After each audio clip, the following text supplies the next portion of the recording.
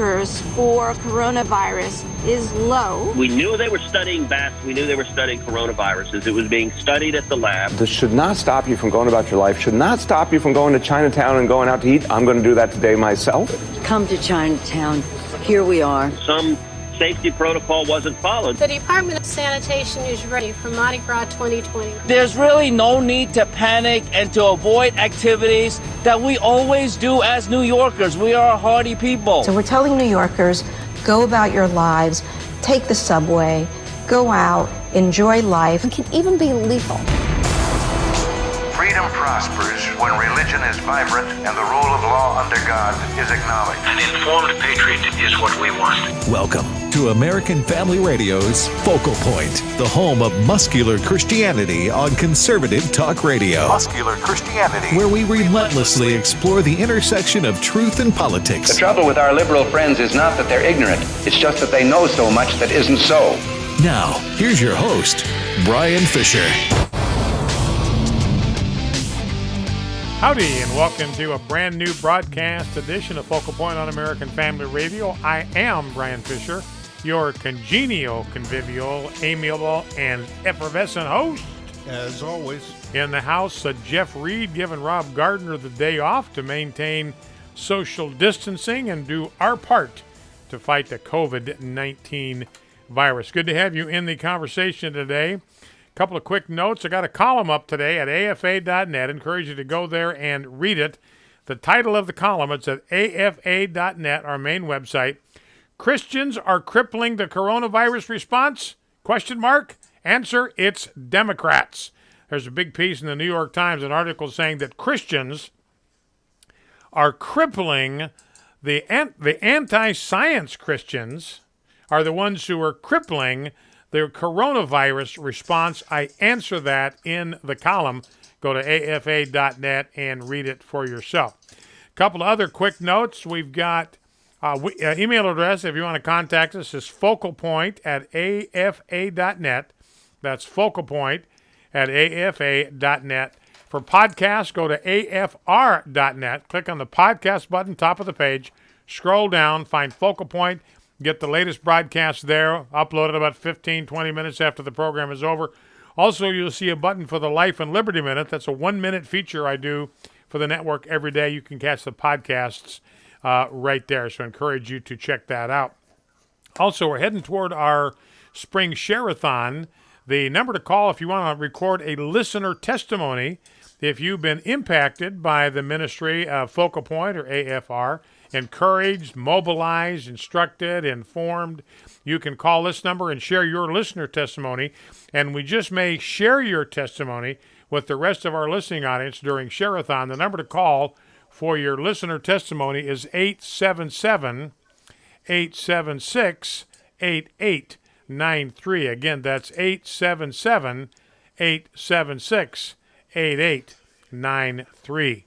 All right, well, let's jump into our time in the Word today. We are in the book of Proverbs, Proverbs 2 and 3 for today. Let me just hit a couple of highlights from this very familiar passage of Scripture. We'll come across very familiar verses in this section of Scripture as we explore the wisdom of Solomon. I want you to remember this, so I'm going to come back to it in just a couple of minutes.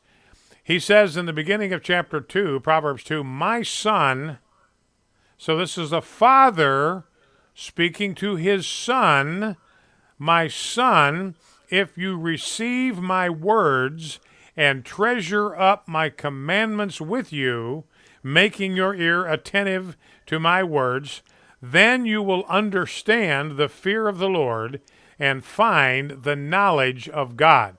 For the Lord gives wisdom, from his mouth come knowledge and understanding. Then we drop, and wisdom, he says in verse 10, will come into your heart if you pay attention to the teaching and the admonition and the counsel of your father. Then wisdom will come into your heart.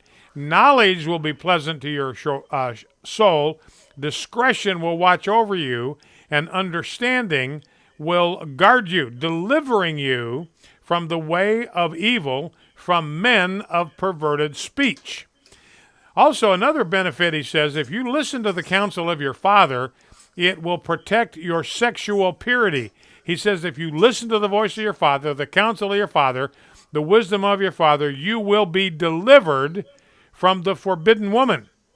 Word forbidden literally means strange.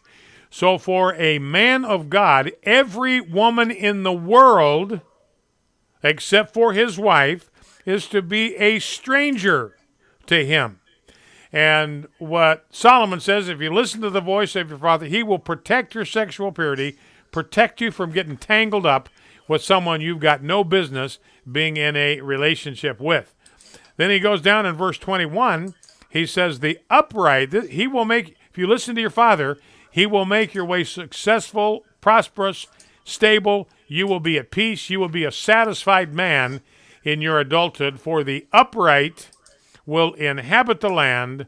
Those with integrity will remain in it.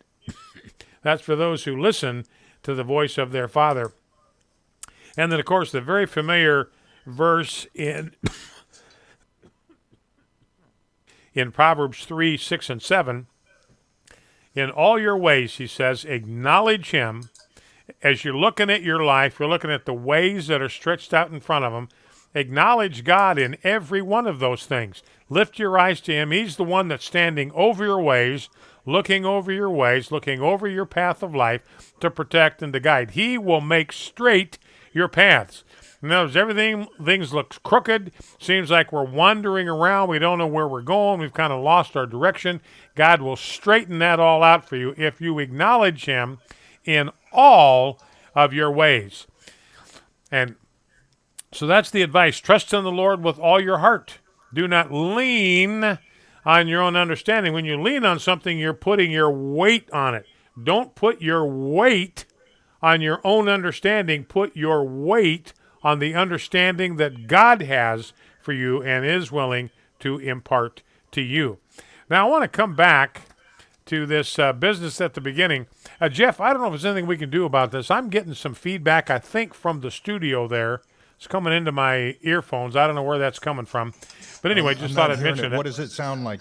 It's me. It's me talking, and there's a delay of about 1 or 2 seconds. Okay, this is from the Boy to Man book. Remember, you can pick this up at afastore.net, afastore.net. If you're a dad, you got a 12-year-old son, I urge you to pick up a copy of this book. If you are a Sunday school teacher, you're teaching a young boys' Sunday school class, you got graduation coming up.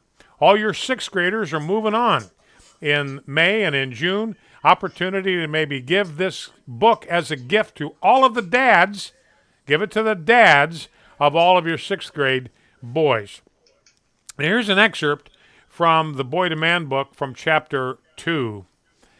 As you grow toward manhood, and remember, dads, this is what I will be saying to your son. It'll be coming through you. You will be the mouthpiece, but what I am speaking will come to your son. This is what I'm going to be saying to your son as you read this book to him. As you grow toward manhood over the next few years, you will run into more and more people who will try to convince you that your father doesn't know what he's talking about. They will try to get you to believe that the values he is trying to instill in you are old-fashioned and out of date. You will run across a lot of people, friends, teachers, professors, voices on social media and on television, who will have nothing but contempt for the values that we are talking about here together. If you listen to them, they just might persuade you to dump these values and adopt theirs. Values which just might destroy your life. Do not let them do this to you. Your father loves you far more than they do. He loves you more than he loves his own life.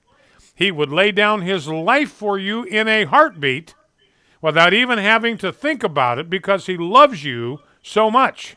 The folks who will try to get you to reject his values do not love you like that.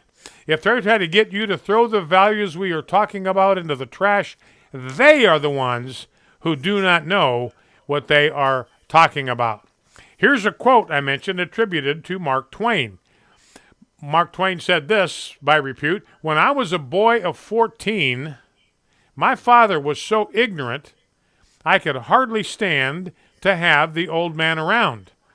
But when I got to be 21, I was astonished at how much the old man had learned in 7 years."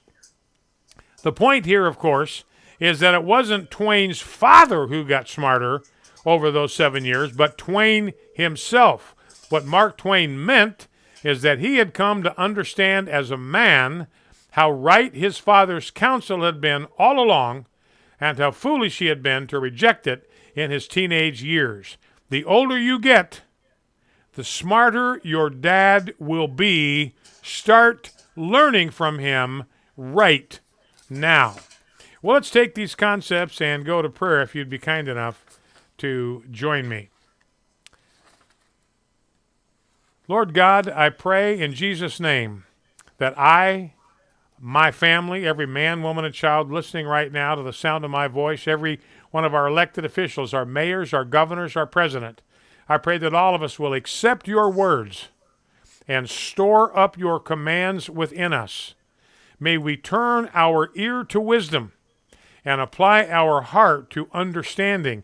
May we call out for insight and search for it as for hidden treasure, so that we may understand what it means to fear you and to find the knowledge of you. Excuse me for the interference there in the background. I pray that you will speak to us, that we may receive wisdom, knowledge, and understanding from your mouth. Guard our course. Protect our way as we seek to be just and faithful. By your wisdom, may we be protected from adultery and immorality and the seductive words of false lovers. Remind us that the house of immorality leads down the path to the spirits of the dead, and that none who go to her return or attain the paths of life. I ask you to grant us long life from the right hand of wisdom, and riches and honor from her left hand. I pray that we will choose to honor you with the first fruits of our wealth, and I claim your promise that our barns will be filled to overflowing. I pray that we will write love and faithfulness on the tablet of our hearts, and that we will win favor and a good name in your sight and in the sight of man. May we choose to trust in you with all our heart and not lean on our own understanding. May we acknowledge you in all of our ways. As we do, I ask you to make our paths straight. May we not be wise in our own eyes. Instead, may we fear you and shun evil.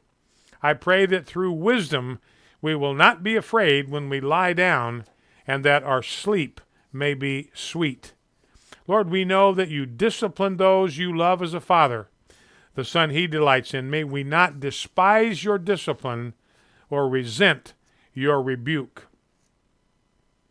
We pray that your curse will rest on the house of the wicked, but that you will bless the home of the righteous. Please give grace to us, cause us to inherit honor as we humble ourselves before you. In your name, Lord Jesus, amen. Amen. Again, want to mention that I've got a column up at afa.net. Are Christians crippling the coronavirus response? The answer is that's nuts. And the response is, as I explain, Democrats are the ones that are responsible. We'll actually illustrate that a little bit later in this first segment. Down in Texas, Texas Governor Greg Abbott there's a big issue about Christian churches meeting during this time. He's issued an executive order that makes churches an essential service. Donald Trump said gun stores are an essential service. A lot of gun stores that are open right now because Donald Trump identified them as essential services. Governor Abbott of Texas said churches are essential services, and he's putting protocols in place to encourage churches to follow so that they can meet together and worship God. We'll be right back after this. Focal Point, American Family Radio. Stay with us. Just as it is written, how beautiful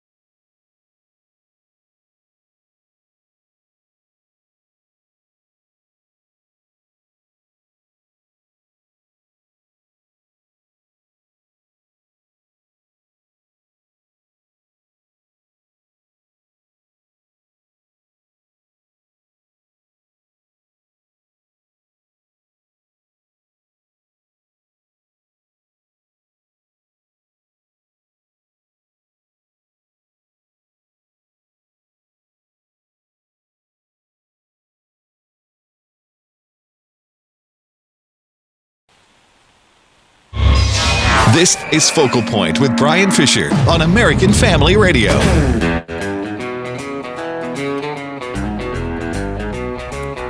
Howdy, and welcome back to Focal Point on American Family Radio.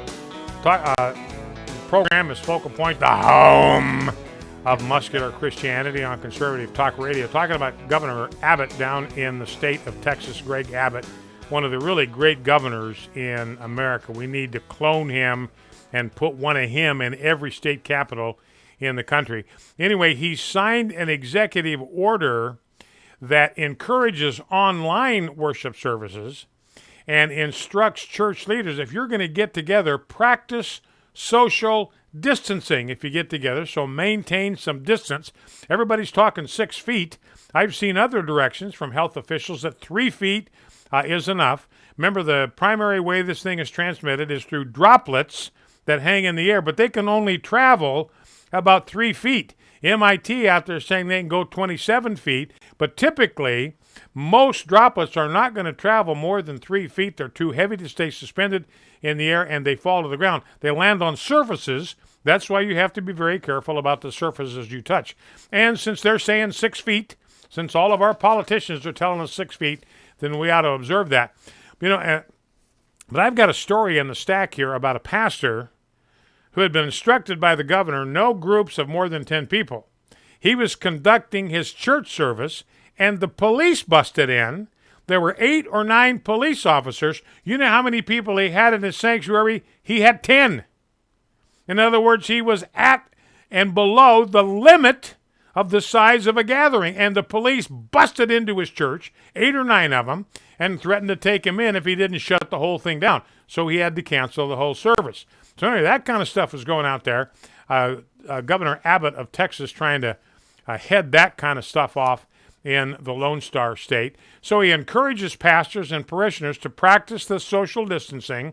If you're going to meet in Texas, Governor Abbott, you can meet. You can meet in your buildings, but just be sure that you have a separation between you and the parishioner who is seated adjacent to you. And encouraging online worship services. That's how our church is doing it, using something called Zoom. Some of you may be familiar with this. A lot of people are using this to work from home.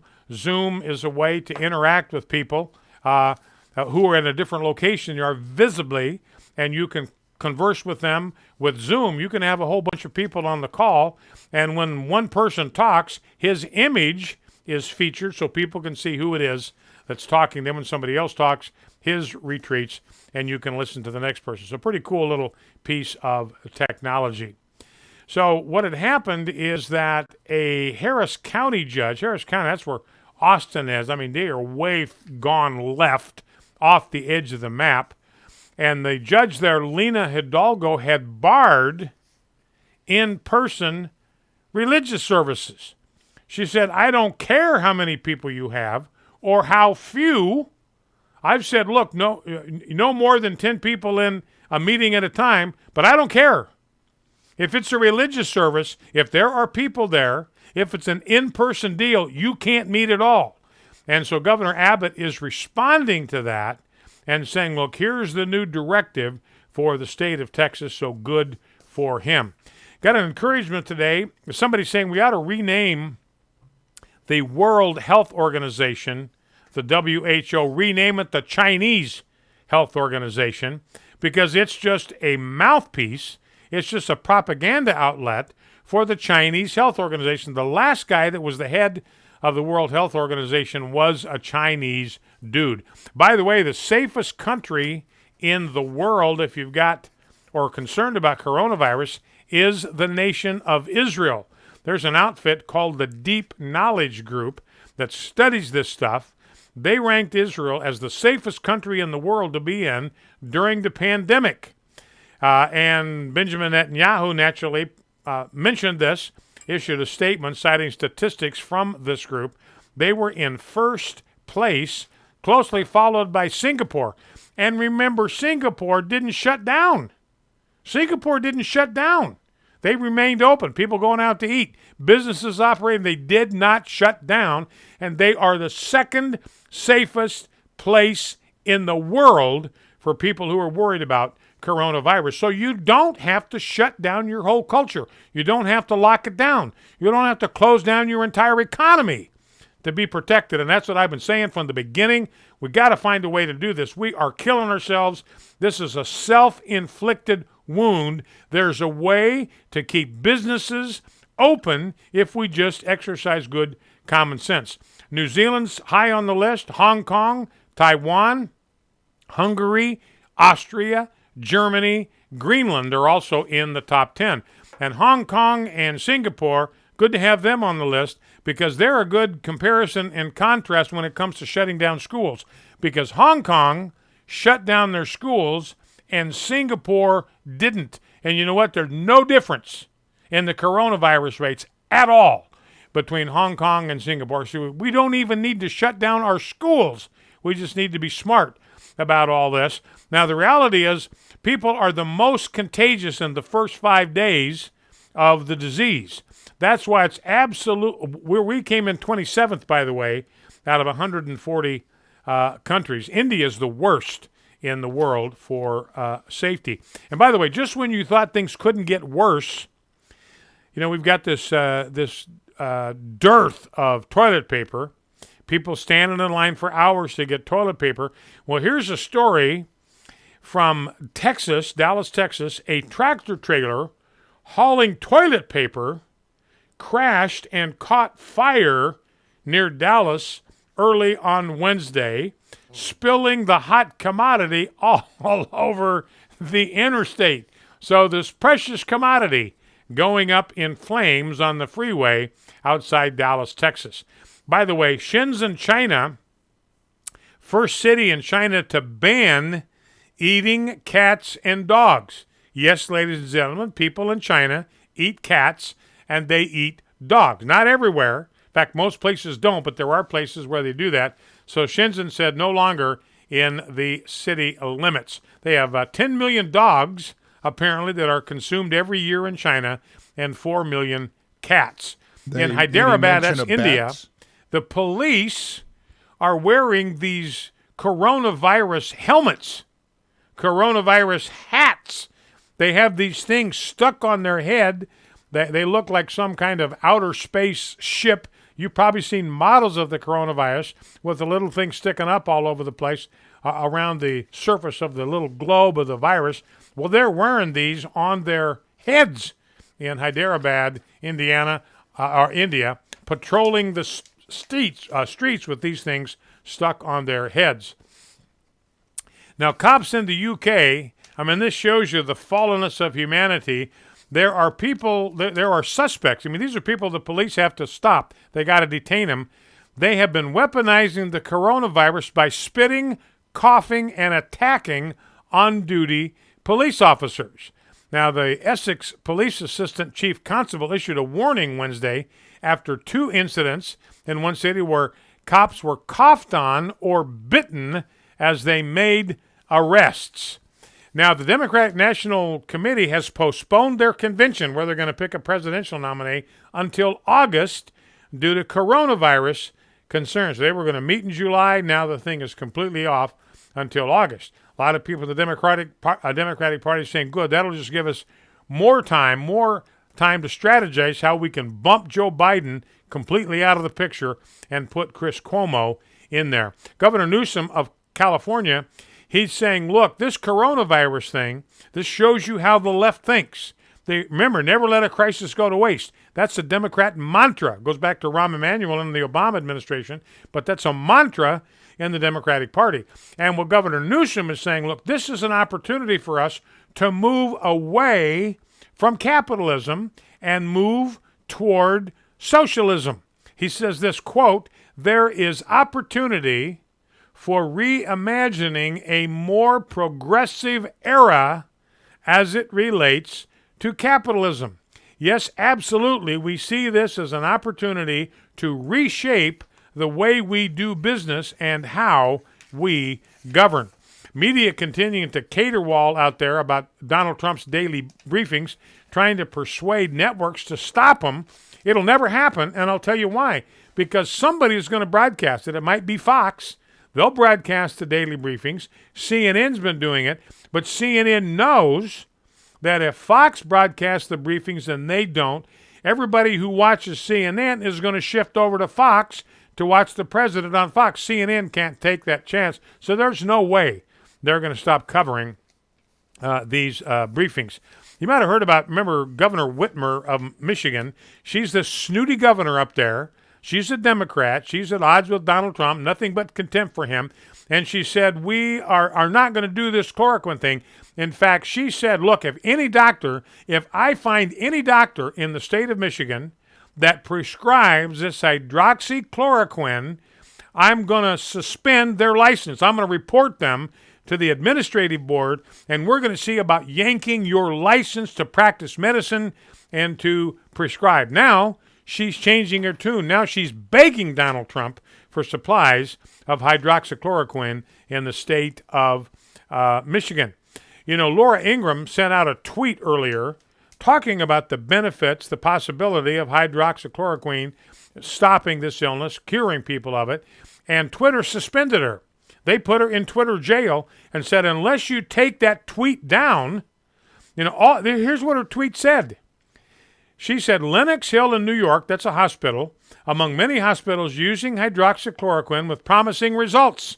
One patient was described as Lazarus, who was seriously ill from COVID-19, already released. So they locked her out of her account for saying that. She had to delete that tweet to get back online with Twitter. So censorship is alive and well in America.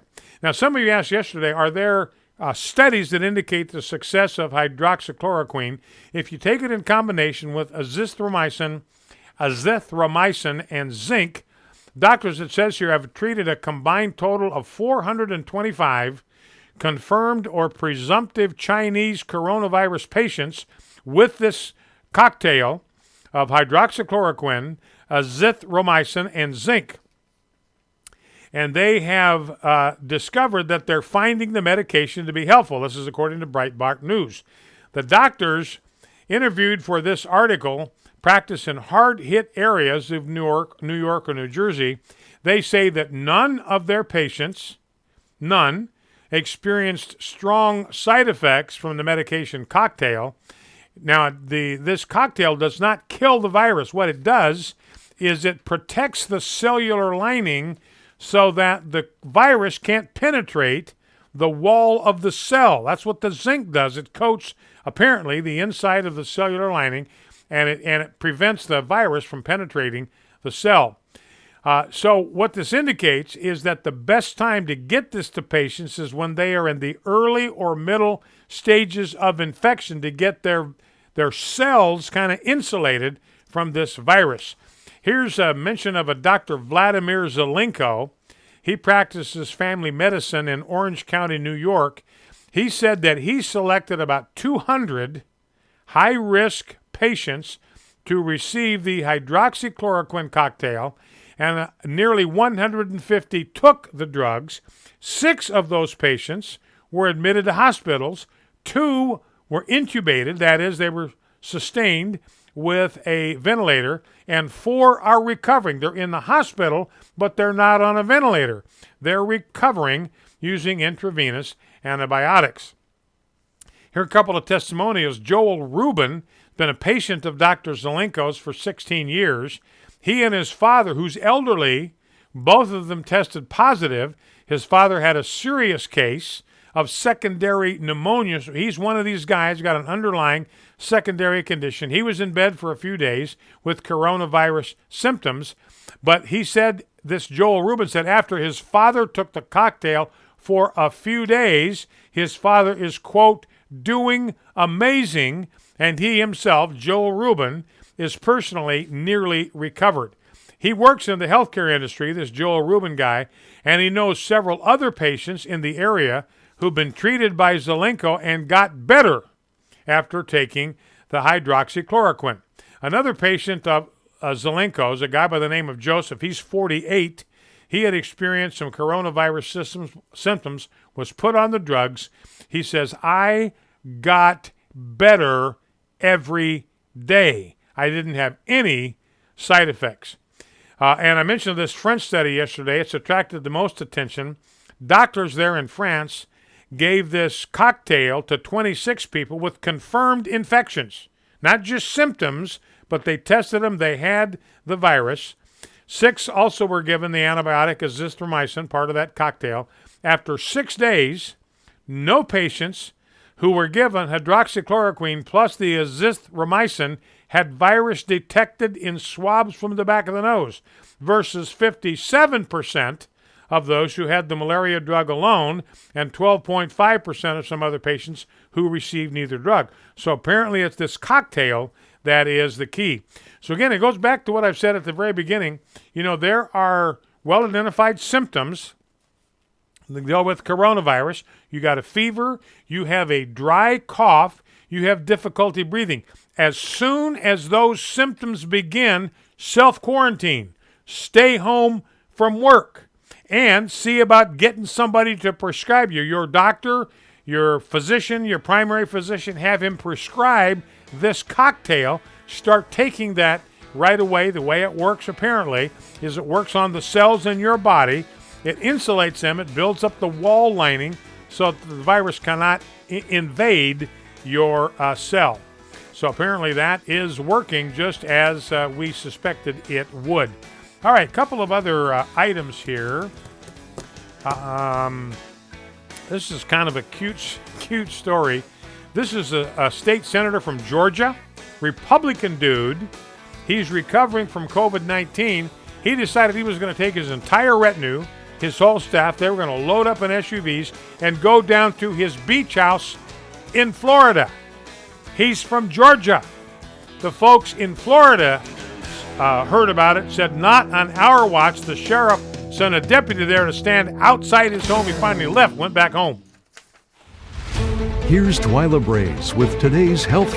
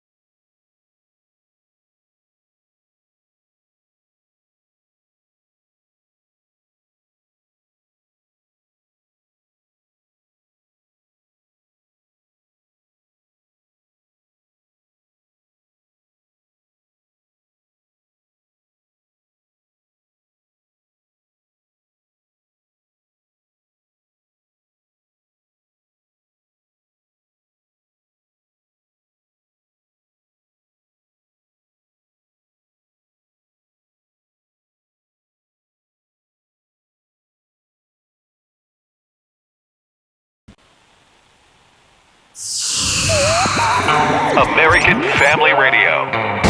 You're listening to Focal Point with Brian Fisher.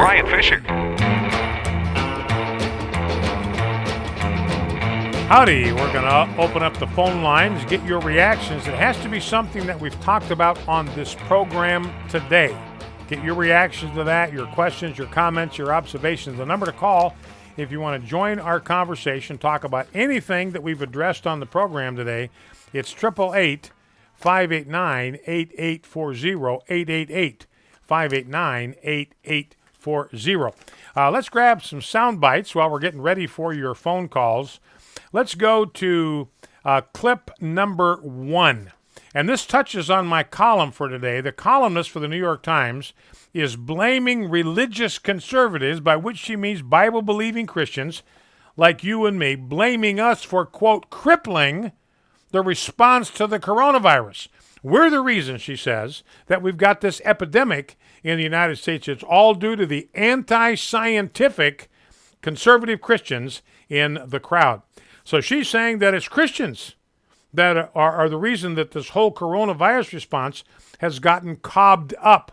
Well, I want to play for you. We've done this before, but here's a supercut of advice from Democrat regressives about coronavirus. There's not a conservative Christian in this batch.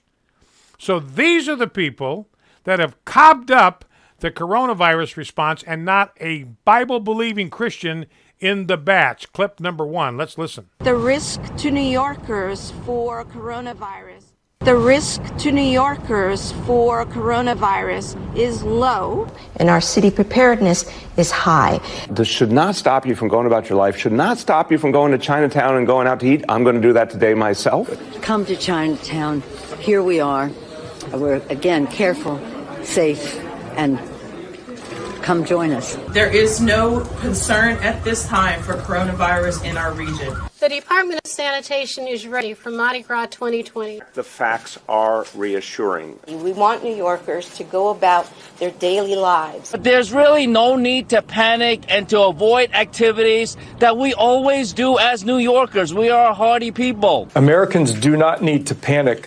What I would suggest, however, is that Americans take this as a wake-up call for seasonal flu. There's very little threat here. This disease, even if you were to get it, basically acts like a common cold or flu. So we're telling New Yorkers, go about your lives, take the subway, go out, enjoy life. And certainly not to miss the parade next Sunday.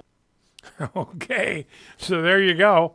These are all these Democrats, the mayor of New York, and the poobahs in Los Angeles. Go out and enjoy yourself. Nancy Pelosi in Chinatown in San Francisco. Come and join us on our little strolling tour of Chinatown. So they're the ones that are intervening, that are cobbing up, interfering with the coronavirus response. You know, the governor of Michigan, Gretchen Whitmer, she's now begging for hydroxychloroquine. She started off by saying, if you're a doctor in my state, you prescribe it, I'm going to yank your license from you. Now, here's clip number 2. You know, we're finding out that the Chinese kept a lot of data from us. The data they gave us was very poor. You know, Dr. Birx said, look, we did not get good data from China. It was all cobbed up, and that slowed down our response. You know, they've got large funeral homes in China that are handing out the cremated remains of 500 people every day. There's 7 of them. They're handing out urns with cremated ashes, 3,500 of those every single day. And they're trying to tell us that there's only 2,500 victims total in Wuhan. One supplier delivered 5,000 urns to one funeral home in Hankou in a single day. 42,000 urns are likely going to be given out in Wuhan alone to all these survivors. And the Chinese government is masking this. They are giving hush money to Chinese. They're calling it funeral expenses. They're giving this money to the Chinese so they will shut up about how many people are dying. China's government, to give you another idea about the possible death toll, they have canceled 21 million cell phone accounts. Why? Most likely because you got 20 million people out there that aren't going to need them anymore. They've shut down 840,000 landlines. So not getting good info out of China. Here's Senator Ted Cruz, clip number 2, suggesting what a lot of us have felt right from the beginning, that this may be a virus that was weaponized in a lab in Wuhan or escaped from a biolab near Wuhan. Here's Senator Cruz, clip 2. In fact, what seems plausible, if not likely, is that this was a virus that was being studied at the lab. It was that we knew they were studying bats. We knew they were studying coronaviruses. It was being studied at the lab. And the natural inference, if there's an outbreak right next to where they're studying this virus, is, well, somehow it escaped, presumably accidentally, that some safety protocol wasn't followed. We don't know that, but China doesn't want that question answered for the world to know. And that is quite obvious. Now, here is Samantha B. You know, one of the deals, you got governments out there identifying abortion as an essential service. So they're shutting down church services. That's not essential, but abortion is. Here is Samantha B., a noted progressive liberal. Here's what she says. The idea that any abortion isn't essential is medically irresponsible. Not having access to safe and legal abortion is scary, dangerous, and can even be lethal. And for victims of domestic abuse, so is just staying at home. All right, abortion can be scary, dangerous, and lethal. Access to it. If you don't have it, it's scary. Well, access to abortion is scary, dangerous, and lethal to some women, and it's lethal to every baby. You know, every time a pregnant woman walks into an abortion clinic, the casualty count is the same, 1 dead and 1 wounded. Now, Donald Trump was responding to a question, clip number 4, about stimulus checks. Remember, we're all going to get these $1,200 checks, and he is being asked about, well, how about illegal aliens? Hey, a great response. Here it is, clip 4. Well, you know, you're saying undocumented, meaning they came in illegally. And a lot of people would say we have a lot of citizens right now that won't be working. So what are you going to do? What are you going to do? You're going to preserve resources for American citizens. It's their taxpayer dollars, and it's designed for them. Good response. They're here illegally. You know, if you don't want this to happen, you don't try to sneak into our country, because you do. There are going to be consequences for that. Here is Gavin Newsom with a nice word, actually, about Donald Trump. Let's listen. Clip 5. Let me just be candid with you. I'd be lying to you to say that he hasn't been responsive to our needs. He has. And so as a question, as a sort of an offer of objectivity, I have to acknowledge that publicly. And the fact is, every time I've called the president, he's quickly gotten on the line. When we asked to get support for that Mercy ship in Southern California, he was able to direct that in real time. We got 2,000 of these field medical sites that are up, almost all operational now in the state because of his support. And those are the facts. Those are the facts. Governor Newsom, Democrat governor, saying Donald Trump, President Trump, has been responsive to our needs. So again, he's the president of all Americans. He's going to provide help regardless of political affiliation or not. All right, let's go to the phones, get some calls from our listeners. Let's go to Ricky in Louisiana. Ricky, welcome. What's on your mind? Talk to me. Yes, sir, Brian Fisher. I just want to thank you. You seem to be the only one blowing the trumpet loud and clear that if you want to get healed of this virus, you take that chloroquine plus zinc, and you'll be 100% cured. I'm just wondering why Trump doesn't make an executive order to de-prescription. In other words, right now you need a doctor's prescription. In the state of Michigan, well, I think the state of Michigan, you said updated, she repented of her saying that nobody can have it. But Nevada and New York, both their governors said, nope, nobody's going to have that drug. Why? Because it cures, and we don't nobody cured. That seems to be what they're trying to say, since they're Democrats government. But why does Trump say, okay, you don't need a prescription for this life-saving drug. I'll make an executive order for the entire United States for every pharmacy to have this chloroquine, and you get zinc at any health food store, even at Walmart, zinc, and y'all take it, and they can stop this disease in 10 days or less if he did that. So why does Donald Trump don't want to do that and stop this virus within 10 days? That's a simple, just 2 + 2 = 4. But why did he want to do it? That doctor, that Jewish doctor, 350 patients, they had a 100% success rate on that. So it's proven that it does heal people. Well, with I that you know, and I appreciate your passion on this, Ricky, and I agree with you. I think we ought to get this prescription medication available in every assisted living facility in the country, get it in the hands, make it available to every senior citizen in the country so they can take it prophylactically, take it early, kind of stop this thing before it gets started.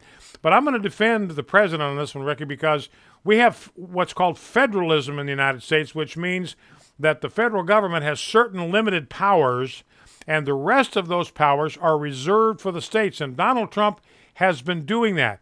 He's been allowing governors to make decisions that impact the lives of the people in their own states. Now, what Donald Trump did, to his credit, day one, he went to the FDA. When he heard about this drug, he went to the FDA and says, I want you guys to look at giving clearance. That's your job, to certify drugs that can be prescribed. I want you to look at this immediately, see if you can give this thing clearance to be prescribed. He did that. So this is now available by prescription all over the country. So I think Donald Trump is doing a good job on dealing with this. All right, let's Brian, go can I add something to that? Uh-huh. Also, I think it's best to go through the doctors, because just taking it on your own, I mean, there are some people that have conditions already that it could cause harm. So going through the doctors and getting checked out to see if you're cleared for it is the best way to go. Yeah, I think you always want to take these medications under the supervision of a doctor. Remember that woman, that Democrat donor in Texas, I think it was, she looked at her fish tank cleaner and said, this has got the same stuff in it. So she gave it to her husband, and it killed him. So I think it's pretty important that we do this under the supervision of a doctor. Let's go to Kathy in Arkansas. Kathy, welcome. What's on your mind? Talk to me. Hi, how are you? Good. How are you doing? I just wanted to talk about, I'm okay. I want to talk about what I heard on the Ingram angle last night on Fox News. Uh-huh. She had a Dr. Stephen Smith on there. He's an infectious disease doctor with the Smith Center for Infectious Diseases. Anyway, he's talking a lot about the underlying conditions of the people who are seriously ill. The majority of them have, diabetes and obesity. And he is administering the hydroxychloroquine, and it is working. So is it something out there that the other side does not want us to know? Do they want us to be sick? Do they want our economy to just collapse? What's the deal? Well, and I think they want this pandemic to last as long as it possibly can, because they want to use it to run Trump out of office. So anything that's going to shorten this pandemic, anything that's going to be a cure for it, that in any way would give credit to Donald Trump, they're going to fight that. And I think some of these medical professionals at the top of the pyramid in America, they don't want this chloroquine to work because there's nothing sexy about it. It's been around since 1944. They want to be the people that lead the team that invents a brand new vaccine so they can get it named after them, so they can be written up in medical journals. They'll be in the history books. Well, this thing is not like that. So, and Donald Trump's going to get the credit for that. He was the first one to see the potential, direct the FDA to get this thing in circulation. So they hate that. Donald Trump would be the one that would have to get the credit for this because he was the first one that was sounding the benefits of this thing. All right, Kathy, I appreciate it. Yeah, there's a shameful degree of politics that's working on all of this. All right, let's go to Dwayne in Arkansas. Dwayne, welcome. What's on your mind? Talk to me. Well, it's Dwayna, but I was. Oh, Dwayna, I'm sorry. It's even spelled right on my call screener software. I thought maybe it was a misprint. So, Dwayna, go ahead. My apologies. No problem. I'm just. It kind of went all over me when you said they're blaming conservative Christians for spreading the disease, because if you look at the map, we got New York City, we got California, we've got New Orleans after Mardi Gras, and we got Florida after spring break. Those are not the hangouts of conservative Christians. Yeah. Not exactly the revival meetings going on in those places. So that's a very good point, Dwayne. Just look at the map. Tell you all you need to know. All right, let's go to David in Ohio. David, welcome. What's on your mind? Talk to me. Hello, sir. Permission to come aboard. Permission granted. What's on your mind? Permission granted. What's on your mind? Thank you. Well, given the comments that the liberals have been making since February And I was recalling some of the comments that you were making in your show before you took that week off. I am wondering what's basically the difference, since you were saying pretty much the same thing. There's no need to panic. Everybody had to go about their business as usual. It's not affecting people under 15. What I said, David, is there's no need to panic. That's what I said. I think the damage has been done by the panic, not by the virus. All right, last call of the day. Let's go to Terry in Mississippi. Terry, I've got 15 seconds, but we need to hear your word. Make it short, make it sweet, get to it. 330 million people in America. If you just look at who possibly could die, up to 100, 200,000 people, you come out to about way less than 1%, maybe about 300. Okay, Terry, I'm sorry. We are completely out of time. Got to let you go. Appreciate your comment. We'll see you all back here tomorrow. The views and opinions expressed in this broadcast may not necessarily reflect those of the American Family Association or American Family Radio.